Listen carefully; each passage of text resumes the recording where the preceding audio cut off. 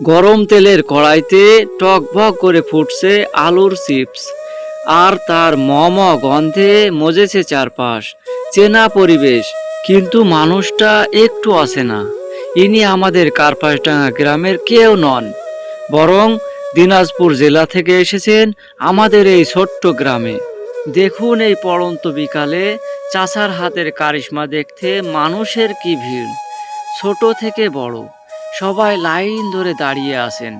কেউ দেখছেন চাচার নিপুণ হাতের কাজ, আবার কেউ অপেক্ষা করছেন গরম গরম মুসমুসে চিপসের জন্য।